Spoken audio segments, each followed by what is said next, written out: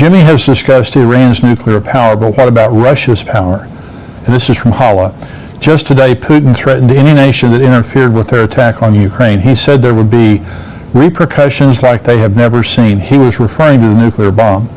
What is your opinion concerning this threat? How good is their nuclear program, and is there a chance he could use it on the USA or the U.S. with China's help? What do you think about that, Mark? Well, it's a real threat. They have more nuclear weapons than anybody in the world. Russia does. They have a lot more than we do. Now, again, how many do you need to blow up the world? But they have, their stockpile's massive. Would he do that? We don't know. Again, how far will Putin go? How crazy is he? And what is he? I don't think he's crazy in the sense of insane or something. But calculating, he's not going to be humiliated. Right. He's not going to be embarrassed. That happened in 1991. He's lived with that. He calls that the greatest geopolitical disaster of the 20th century. But the worst day of his life, he said, is when he's clearing out his papers in East Berlin and having to go back to Russia. It was humiliation. And so when he was a KGB agent. So he doesn't want that to happen again. And I think he'll do whatever he has to do. And right now, too, he's going to get backed more and more into a corner. There's going to be trouble at home. The economy is going to begin to collapse. And the worst kind of a bear, is a bear that's been robbed of her cubs and then is cornered. Right. And once he's cornered like this, we don't know what he will do. And I think there's a lot of people who are asking that question. So, we don't know how far he'll go. We don't know if this is a bluff that he's making, but I think in his own mind, he would be willing to do it to save face and to not have his country go down and be humiliated. I agree with that. This is from Michelle. It says, I am confused about something. I have heard about the great military might of Russia, yet he seems to be struggling. Is this because he hasn't fully lent his true military and capabilities on Ukraine? It seems to me that Israel could squish him, hands down. What do you think about that? Well, there's military operations are notoriously difficult. You've got all these long supply lines and all. If Vladimir Putin wants to go in there and take Ukraine, he can take it. If he doesn't care what he does, bomb every city. He could take it quickly. I think they're wanting to preserve infrastructure and a lot of those things. They're hoping the people there will just surrender and give up. The problem for Israel's tiny. Israel obviously has nuclear weapons and all that, but Israel is as far as Jews living in Israel, it's 6 million people. Right. Russia has 1/8 of the landmass in the world. I was reading that recently. That's fascinating. They have 1/8 of the world's landmass in Russia. Israel's the size of New Jersey. Yeah. So you're talking about just an overwhelming force, really. Now Israel would have to use, in a war with someone like Russia, Israel would have to use nuclear weapons. That's right. To come out on top. They could defeat them in that way, but but Israel, one nuclear weapon in Israel and the country, the whole country's gone. Oh yeah, absolutely. Whereas you hit Moscow or St. Petersburg, it's a huge, massive country.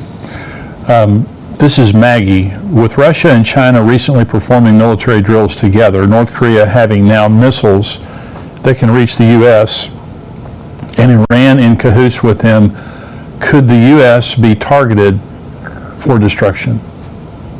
What do you think about that? Well, I think that's what they all want. All of them want that, and I think a lot of them though are watching us kind of start collapsing from within.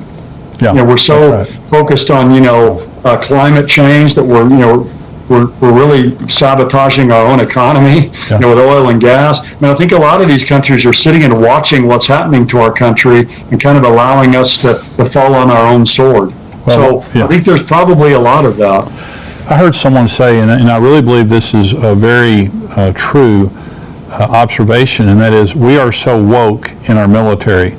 The present administration is so fixated, and that's just the truth, on making sure that the transgender is accepted into our military and all this kind of thing.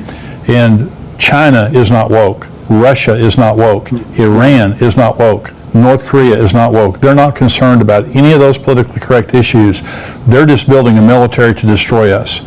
And so we are at such a disadvantage because of the weakness that we have shown the entire world. The withdrawal of Afghanistan, just on a tactical level, just showed how inept we have become. But this is something that's real troubling. is that the United States of America, we have the largest war machine in the world. But it's not the war machine that matters, it's the people behind that machine. And so, we are seeing the decline, and people ask, why isn't America in Bible prophecy? Or if we are, why are we not very pronounced? Well, obviously, we're not much of a factor at that point. Is that what you believe? That's right. Yeah, I think we're going to be weak by that point. I mean, the word's used woke. I'd say we're woke and weak. Woke and weak. Where we're getting. We're woke and weak. And my view is that the rapture will and probably in convergence with other things, that are all these other things we see happening in our culture that are weakening us. Then you have the rapture on top of that, Right. where all the salt and light's taken out. Let's say 8% of the people in America are really believers. That's 30 million people. That's right. That are extracted. I mean, you talk about a drop on the Dow Jones the next day, and That's right. our military being everything sucked out of our country. It's we would become a third-rate nation overnight. Yeah, that's right. I want to thank you for watching this Tipping Point clip, and I want you to subscribe to the channel. I want you, if you're not a subscriber, go ahead and click subscribe there. And thank you for watching and subscribing. I want you to join our Tipping Point community at endtimes.com. For $7 a month, you can subscribe, and you have a 7-day free trial. So if you just want to check it out for 7 days, go on endtimes.com, check us out for 7 days, but I can promise you, you're going to love the content. You're going to be getting the Tipping Point show, the full show, every single week, as well as articles and video content from great teachers like Greg Laurie and Mark Hitchcock, and of course myself. Be sure to subscribe to be notified when we release more videos like this. God bless you.